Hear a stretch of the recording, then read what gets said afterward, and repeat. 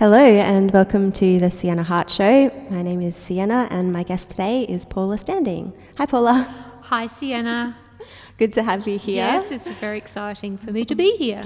Now you are an accomplished singer-songwriter from Adelaide and I like to think so. I'm trying to think how I met you. It would have been through Scala. It must have been. I think the first time I met you was when you came and just did a spotlight for Scala. Oh, at the Wheat Sheaf. Yeah, at the Wheat Sheaf, and then you came back and did a full set. Yeah. Yes, that's Yes. cool. And I think at every Scala event that I've been to, you seem to cross paths. Hovering around in the great. background. I was on the Scala board for several years. Yeah.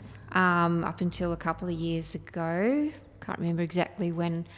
I dropped off the board only to pick up being on the committee for the Judith Crosley Songwriting Award. So yeah, went from one hellfire to another. Actually, this one's not so bad. It's only like busy. Yep. For like 2 months of the year. Oh, that's cool. Unlike Scala, which was like full on the whole time. It is. They've always got something happening. Yeah.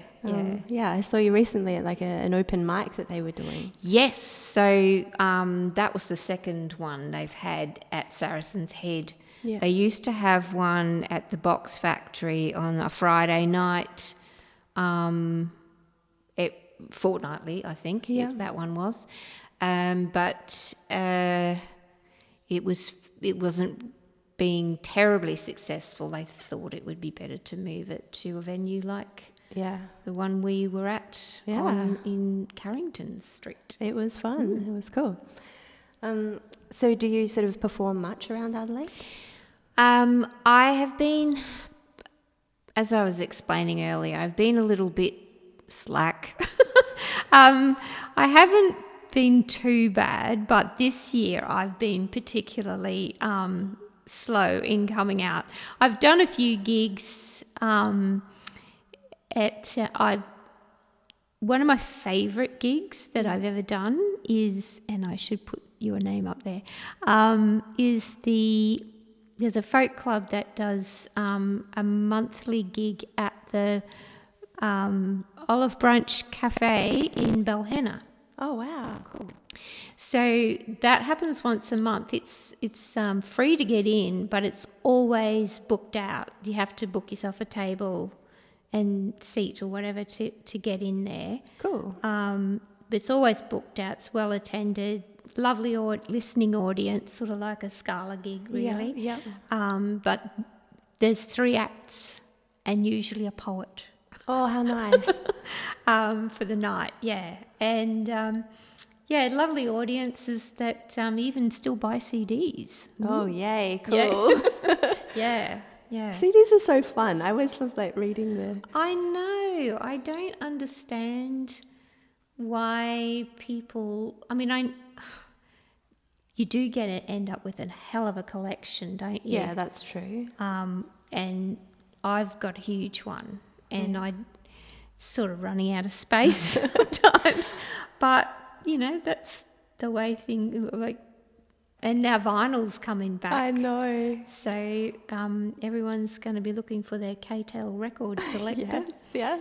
And yeah, I love the hard copy. So do I. I'm a bookworm as well. I love like anything like that, like your vinyls, your books, your CDs. I kind of actually I appreciated listening to your album because the way that albums used to be made really were like reading a book, It was it was meant. All those songs are meant to be together. You can hear that. You can tell listening to it. I thought that was really nice. I think it's also kind of, on the other hand, lovely to have playlists and things that you can curate yourself. Absolutely, Convenience. I don't have a problem with streaming, or downloads and stuff. But I've actually noted that this time when I do my album. I'm going to do, I wasn't going to do CDs because nobody buys them. Yeah. But I've actually changed my mind, and I'm going to do some CDs, but I'm going to order download cards with them. Yeah. Because I'm finding that more and more people want to be able to download it, but sometimes they want the hard copy anyway, just because of the same reason why you and I want. Well, it's like merch, isn't it, in and of itself? Yeah, and there's stuff on the CD that you're not going to get when you just download. Yeah. So I thought I'll do both this time and see if that works. Cool. Yes, please. Cool. Paula, how would you describe your music? That's always been a bit of an issue for me. I've always tried to put myself into one of those boxes that we all have. It's been really difficult. I've sort of been leaning... I've always had one foot in the folk camp and one foot in the country camp, and I sort of thought, well, really that's what Americana is. So I sort of went, right, okay, I'm just going to call myself Americana, and if people don't like it, they can just lump it. But, yeah, I sort of... And the other thing is, too, is that along the way, it's sort of become this genre called singer-songwriter. Yes. Which is really probably more what I am. Yeah. I try to keep my songs... around who I am, where I am, the people around me, things I see, stories I come across, trying to stick to real life for the most part. Yeah. So I guess, I call myself a storyteller, but I mean, it's so naff, isn't it? Everyone calls themselves that, but that's what it is. It's true, yeah, it's true. When I launched this album in 2021, the actual CD launch was at the Jade. I had Don Morrison open for me, which was very cheeky because he's absolutely brilliant. But anyway, he said yes, and I went, yes. Yes, please. So he opened with a bracket of amazing stories. He's got amazing stories to tell and great banter. And at the end of it, I have a bunch of friends who aren't really into this sort of music, but they come because I'm their friend, you know. And they would never have heard Don sing before. It just wouldn't have crossed paths. Yeah. So I think, and at the end of it, one of them said to my husband, "It's really just great storytelling, isn't it?" And I'm like, yes. Why else do you listen to songs? But apparently it's all about it's all something to do with other than the lyrics, apparently. Yeah, of course. I find that devastating, but it's so funny. It's like I write these songs and I put them out there and people go, "Oh, I really love that song," and I'm like, "Oh yeah, right." And then it turns out they just like the melody. Yeah. Or they just like the actual music. And it's like, they have no idea what I just sang. No. And I'm like, oh, I feel all deflated. But I'm like, oh, well, at least the music's getting there. Yeah. I kind of think of music as like the part that grabs your attention, and then like the lyrics is the thing that you keep coming back for. You keep listening to it again to get another take on those lyrics. Yeah, because the funny thing is when I was a kid growing up, the lyrics were really important to me. And I was one of those people, because we didn't have the internet, I would sit there playing something over and over again, writing the words down. Yeah. Well, what I thought they were saying, because half the time you got them wrong anyway. Yeah. But yeah, I was one of the, because I had to have the words. Yep. I had to know what they were. Or I'd buy little books. You used to be able to buy little lyric books from the newsagent, which had all the lyrics to a lot of, current pop songs and stuff. Yeah. And I had a collection of those because I had to have the words. But not everyone feels that way. How funny is it when you hear the lyrics like the correct way, and you're like, oh, this has been wrong my whole life. There's a Pink song at the moment that's like, I thought she was saying trust fund baby, but it's like trust. I think it's like trust the fall baby or something like. No, some of them are gems, and half the time, like, I knew I was singing the wrong words, but they sounded right, so I sang them anyway until I eventually found out what they were. So hard to not sing the wrong words. Yes, exactly. Yeah. I think one of the ones that had me baffled for years was Glenn Campbell's song, "Rhinestone Cowboy." Okay. and offers coming over the phone. Could not work out what he was saying. Sounded like doffels. And I'm like, okay, well, it's not doffels. There's no such word. And I'm like, old folks. I had all sorts of ideas. It took me years to work out he was saying and offers over the phone. Offers. Okay. That's great. Oh, that's so good. Well, I guess, today, like, I love this idea of playing each other's music, and I felt spoilt for choice listening to your album, and I eventually settled on a track called Just Like It's Mine.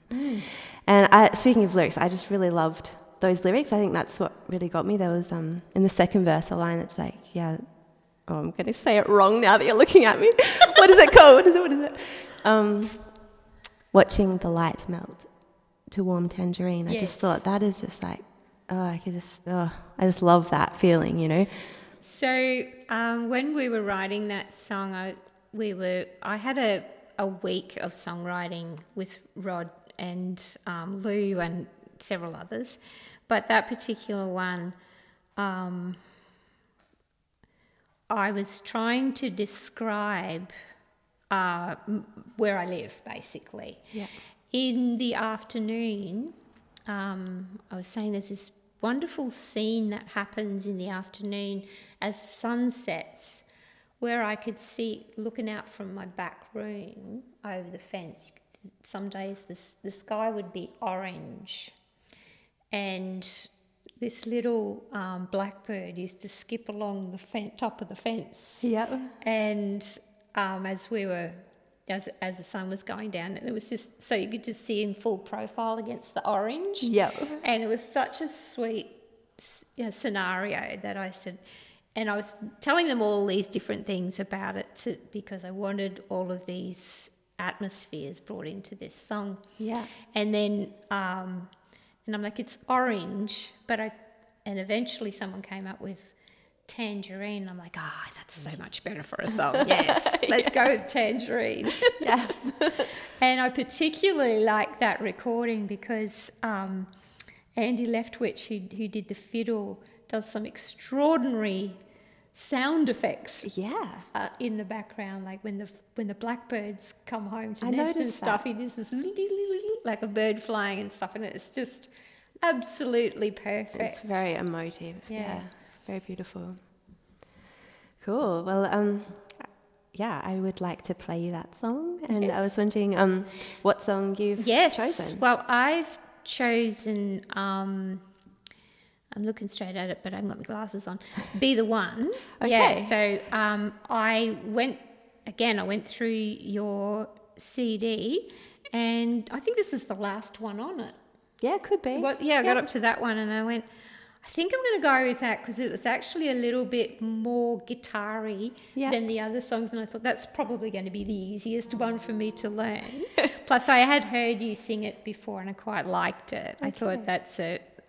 And it's your songs are so different from what I do normally, and I just thought this would be a really good one to sort of start stepping out into this slightly different mould of singing, because it's just different, and especially the verses, lots of words, the fast words. It's very rhythmic verses in this song. It's actually, it's tricky to... And the lyrics really interested me too. I thought it's just I love the fact that the verses move along constantly, this constant sort of dialogue, and then the chorus comes to that lovely, I just want to be the one. Yeah. It's very like stand still in the middle of that cyclone. Yeah. So the hook. Yeah. Oh, cool. Well, let's do it.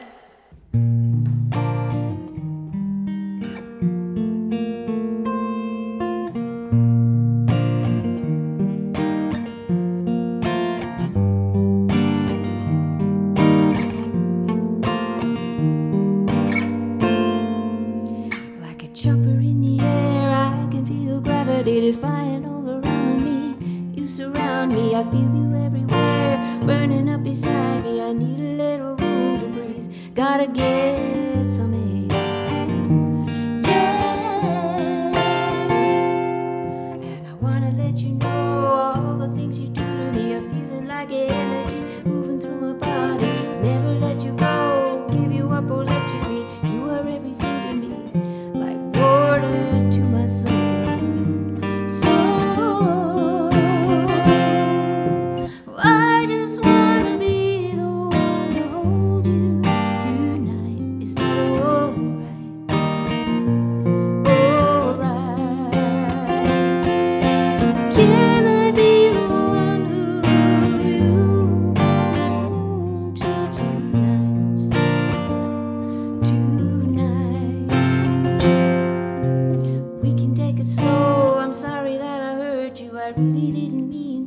actually I love you. Try to tell you so, every little thing I do. It's what I'm trying to say to you. But all I know, all I really know is, well, I just wanna be the one to hold you tonight. Is that alright? Alright. Can I be the one who you want to tonight?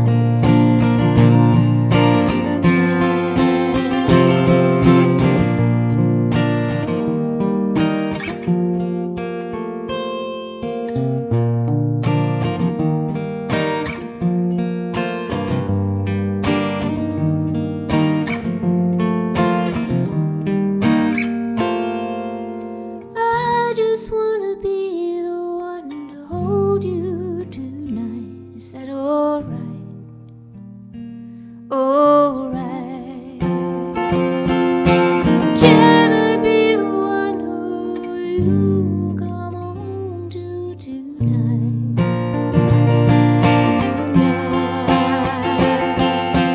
I just wanna be the one to hold you tonight. Is that alright? Alright. Can I be the one who you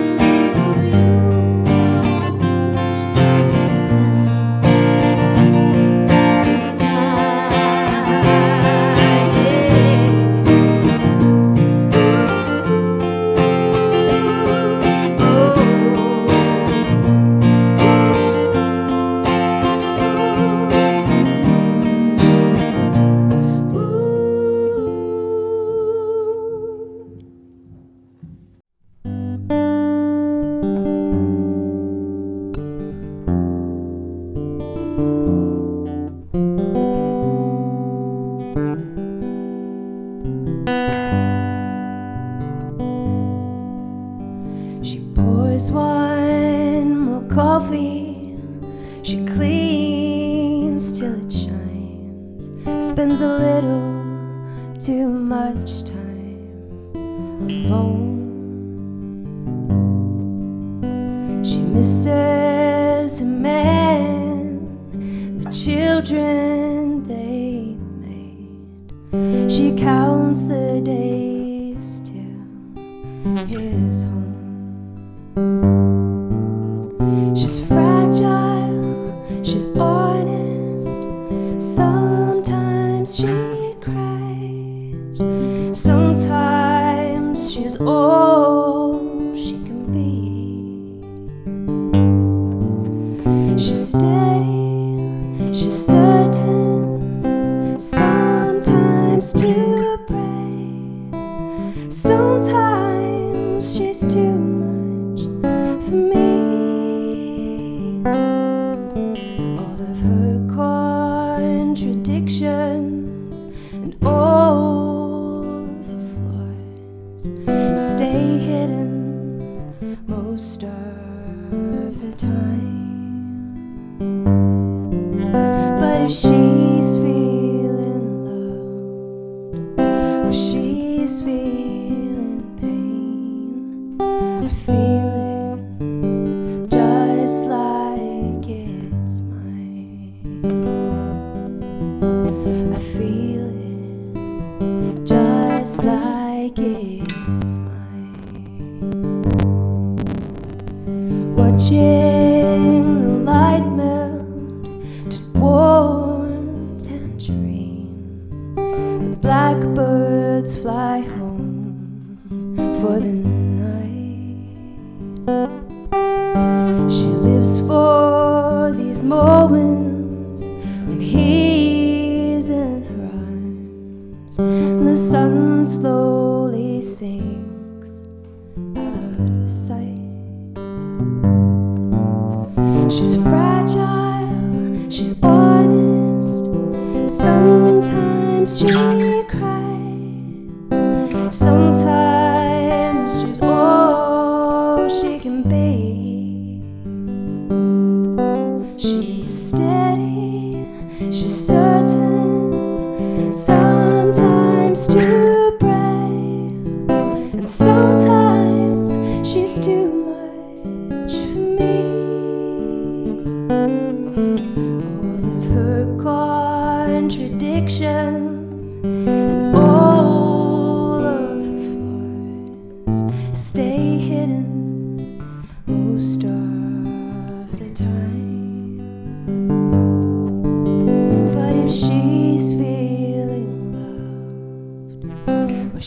these fears.